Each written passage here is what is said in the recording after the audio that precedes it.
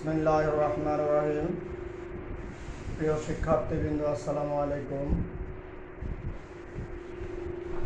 তোমরা সবাই কেমন আছো? আশা রাখি আল্লাহর অশেষ রহমতে সবাই ভালো আছো। আল্লাহর কাছে শুকরিয়া যে আমি আলহামদুলিল্লাহ ভালো আছি। আমরা গত ক্লাসে নিয়ন্ত্রণ অধ্যায়ের উপরে আলোচনা শুরু করেছিলাম। নিয়ন্ত্রণের উপরে আমরা নিয়ন্ত্রণ কি, আদর্শ নিয়ন্ত্রণের পদক্ষেপ আলোচনা করেছিলাম। আজকে আমরা নিয়ন্ত্রণের কৌশল নিয়ে আলোচনা করব। নিয়ন্ত্রণের কৌশল বলতে আমরা কি বুঝি? একজন ব্যবস্থাপক নিয়ন্ত্রণ প্রক্রিয়া কার্যকর করতে যেসব পদ্ধতি প্রয়োগ করেন, অর্থাৎ আমরা বলছি যে নিয়ন্ত্রণ হলো একটা প্রতিষ্ঠানের চলমান প্রক্রিয়া। উদ্দেশ্য অর্জন করার জন্য পরিকল্পনা অনুযায়ী কাজ হচ্ছে কিনা সেটা দেখবে, বিচ্যুতি নির্ণয় করবে, সংশোধন করবে, সেটাই তো ছিল নিয়ন্ত্রণ। তোমাদের অবশ্য সংজ্ঞাটা মনে আছে। এখন এই যে নিয়ন্ত্রণ বলছি, নিয়ন্ত্রণ প্রক্রিয়াকে যদি কার্যকর করতে হয়, অর্থাৎ টোটাল যে নিয়ন্ত্রণ কাজ, এটাকে যদি আমরা কার্যকর করি, তাহলে যেসব পদ্ধতি প্রয়োগ করে এই নিয়ন্ত্রণ প্রক্রিয়াকে কার্যকর করতে হবে সেগুলোকে বলা হবে নিয়ন্ত্রণ কৌশল। পরিকল্পনা অনুযায়ী সব কাজ সম্পাদনের লক্ষ্যে নিয়ন্ত্রণ কৌশল প্রয়োগের প্রয়োজন হয়। অর্থাৎ পরিকল্পনা অনুযায়ী যদি আমরা আমাদের কাজগুলো করতে হয়, তাহলে আমাদের নিয়ন্ত্রণ কৌশল প্রয়োগ করতে হবে। তবে সকল ক্ষেত্রে একই কৌশল প্রয়োগ করে সফল হওয়া যায় না। অর্থাৎ নিয়ন্ত্রণ কৌশল আমরা প্রয়োগ করব, কিন্তু সবসময় একই রকম কৌশল প্রয়োগ করব না। সে কৌশলটা নির্ভর করবে প্রতিষ্ঠানের উদ্দেশ্য, প্রকৃতি, আয়তন, ব্যবহৃত প্রযুক্তি, উপকরণের ভিত্তিতে নিয়ন্ত্রণ কৌশল প্রয়োগ করতে হয়। তার মানে আমার প্রতিষ্ঠানের উদ্দেশ্য কি, প্রকৃতি কি, আয়তন কি, কি রকম, ব্যবহৃত প্রযুক্তি এটা কি ধরনের, এগুলোর উপরেই মূলত নির্ভর করবে আমার নিয়ন্ত্রণের কৌশল। আর তাই এই যে এগুলোর ভিত্তিতে নিয়ন্ত্রণ কৌশল প্রয়োগ করতে হয়, এই জন্য নিয়ন্ত্রণের কৌশলও অনেকগুলো হয়ে থাকে। অর্থাৎ নিয়ন্ত্রণের অনেকগুলো কৌশল বিদ্যমান। আমরা আসলে সবগুলো কৌশলে ধারাবাহিকভাবে ইনশাল্লাহ আলোচনা করব। আজকে আমি তোমাদের সাথে এই নিয়ন্ত্রণের কৌশল হিসেবে মিতব্যয়ী ফরমায়েশ পরিমাণ এই জিনিসটার উপরে একটু আলোচনা করব। অর্থাৎ নিয়ন্ত্রণের কৌশল হিসেবে মিতব্যয়ী ফরমায়েশ পরিমাণটা কি? দেখো, মিতব্যয়ী ফরমায়েশ পরিমাণ এই কথাটার মানে কি? মিতব্যয়ী ফরমায়েশ পরিমাণ। দেখো, নিয়ন্ত্রণের কৌশলের মধ্যে একটা কৌশল হলো মিতব্যয়ী ফরমায়েশ পরিমাণ। মিতব্যয়ী মানে হলো কম ব্যয়, ফরমায়েশ মানে হলো আদেশ।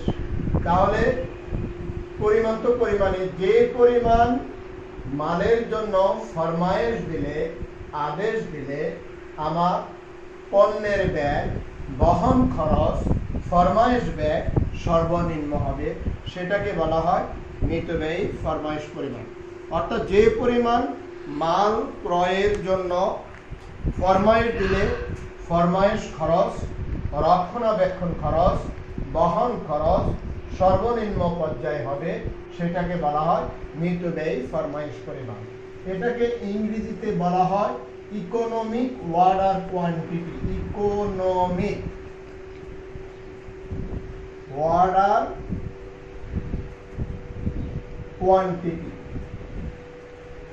এখন এই যে ইকোনমিক অর্ডার কোয়ান্টিটি, এটাকে সংক্ষেপে বলা হয় ইওকিউ। অর্থাৎ এই যে ইকোনমিক অর্ডার কোয়ান্টিটি, এই তিনটা শব্দ থেকে তিনটা লেটার নিয়ে এটাকে সংক্ষেপে বলা হয় ইওকিউ। ইওকিউ মানে হলো ইকোনমিক অর্ডার কোয়ান্টিটি। তার মানে যে পরিমাণ মালের জন্য ফরমায়েশ দিলে, অর্ডার দিলে পণ্যের ফরমায়েশ খরচ, রক্ষণাবেক্ষণ খরচ, বহন খরচ সর্বনিম্ন পর্যায়ের হয় তাকে বলা হবে মিতব্যয়ী ফরমায়েশ পরিমাণ।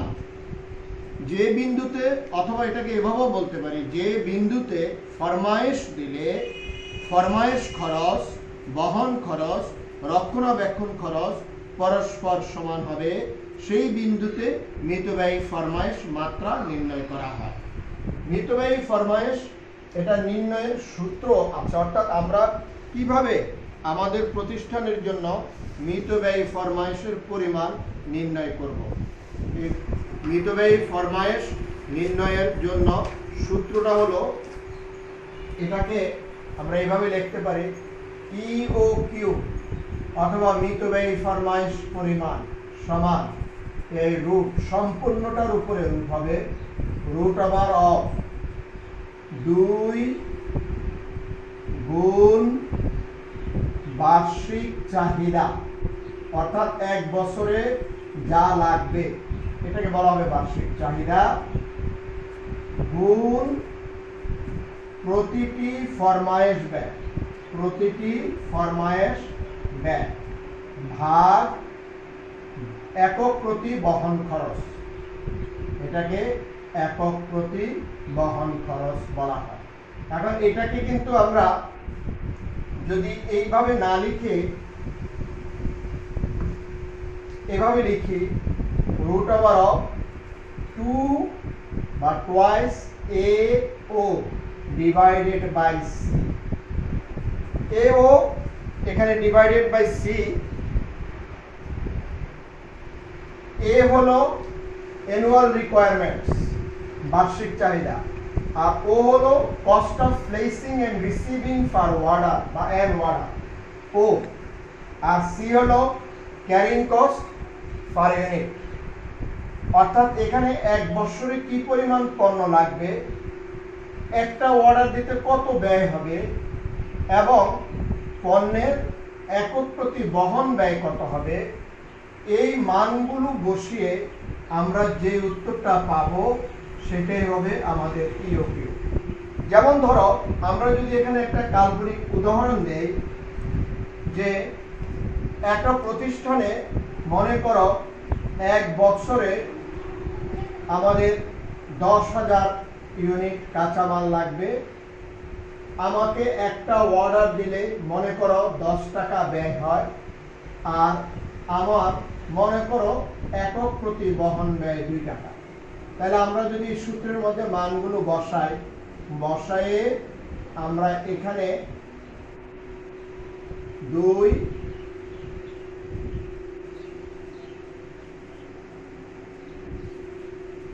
এই যে মানটা বসাইলাম, এখন আমরা 2 দ্বারা এটাকে ভাগ করব, যে ভাগফল হবে, ভাগফলকে আমরা রুট করব, করে আমরা EOQ এর মান পাব।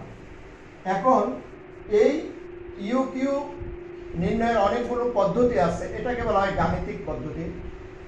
আমরা গাণিতিক পদ্ধতিতে এখানে নির্ণয় করে, সাপোজ ধরো এখানে যদি আমার 1000 হয় মনে করো, তাহলে এই 1000 ইউনিট, অর্থাৎ আমি একবারে 1000 ইউনিট পণ্যের ফরমায়েশ দিলে আমার বহন ব্যয় কম হবে। দেখো এখানে EOQ কেন আসলো, আমি যদি প্রতিষ্ঠানে অধিক পরিমাণ কাঁচামাল মজুত রাখি, এটা যেভাবে আমার জন্য সমস্যা, আবার কম হলেও আমার জন্য সমস্যা। সবসময় আমাকে একটা প্রতিষ্ঠানে কাঙ্ক্ষিত পরিমাণের কাঁচামাল মজুত রাখতে হবে, বিশেষ করে উৎপাদনকারী প্রতিষ্ঠানগুলোর জন্য। সেখানে যদি আমি কাঙ্ক্ষিত পরিমাণে কাঁচামালের মজুত না রাখি, অনেক বেশি রাখি, তাহলে দেখা যায় আমার সেখানে ওয়ার্কিং ক্যাপিটাল আটকা পড়ে যাবে, সেগুলো সংরক্ষণ ব্যয় বেড়ে যাবে, তারপরে নষ্ট হয়ে যেতে পারে, পচে যেতে পারে, বাষ্পীয়করণের ফলে নষ্ট হয়ে যেতে পারে, বিভিন্নভাবে সেগুলো ড্যামেজ হতে পারে। অর্থাৎ এখানে আমার কস্ট, দেখো এখানে আমার প্রতিষ্ঠানে যদি আমি অতিরিক্ত পরিমাণে মাল সংরক্ষণ করি, মজুত করি, সেখানে আমার মজুত ব্যয় বেড়ে যাবে, কাঁচামাল বিভিন্নভাবে নষ্ট হয়ে যেতে পারে, বাষ্পীয়করণ হতে পারে, গলে যেতে পারে, চুরি হতে পারে, আবার সেগুলি রক্ষণাবেক্ষণের জন্য আমার বিভিন্নভাবে ব্যয় বেড়ে যেতে পারে। সেটা একভাবে যেভাবে সমস্যা। আবার যদি আমি কম রাখি, সেখানে দেখা যাবে যে আমার উৎপাদনের সময় কাঁচামালের প্রয়োজন হবে, সেখানে আমার মালের পরিমাণ কম হলে আমার উৎপাদনের সমস্যা দেখা দিবে। এই জন্য একদিকে বেশি রাখা যেরকম সমস্যা, কম রাখাও আমার জন্য সমস্যা। মূলত এই জন্যই প্রতিষ্ঠান এই নিয়ন্ত্রণ কৌশল হিসেবে মিতব্যয়ী ফরমায়েশ পরিমাণ নামে এই কৌশলটি অ্যাপ্লাই করে। আর এই কৌশলের মাধ্যমে মূলত প্রতিষ্ঠান যেটা বের করতে পারে, নির্ণয় করতে পারে যে সর্বনিম্ন বা কি পরিমাণ মাল মজুত রাখলে আমার প্রতিষ্ঠানে কখনো অতিরিক্ত মালও কাঁচামালও মজুত হলো না, কম হলো না, অর্থাৎ আমি কখনো কোনো প্রকারের সমস্যার মুখোমুখি হব না। এই জন্যই প্রতিষ্ঠান মূলত ইকোনমিক অর্ডার কোয়ান্টিটি এই নিয়ন্ত্রণ কৌশলের মাধ্যমে তার প্রতিষ্ঠানে এক বছরের যে তার রিকোয়ারমেন্টস, সেই রিকোয়ারমেন্টসের মধ্যে কি পরিমাণ মাল মজুত রাখলে তার প্রতিষ্ঠানের ব্যয় সর্বনিম্ন হবে, এই নিয়ন্ত্রণ কৌশল প্রয়োগ করে। তাহলে আমরা জানলাম নিয়ন্ত্রণের বিভিন্ন কৌশলের মধ্যে আজকে মিতব্যয়ী ফরমায়েশ পরিমাণ, এটার উপরে আমি আলোচনা করলাম।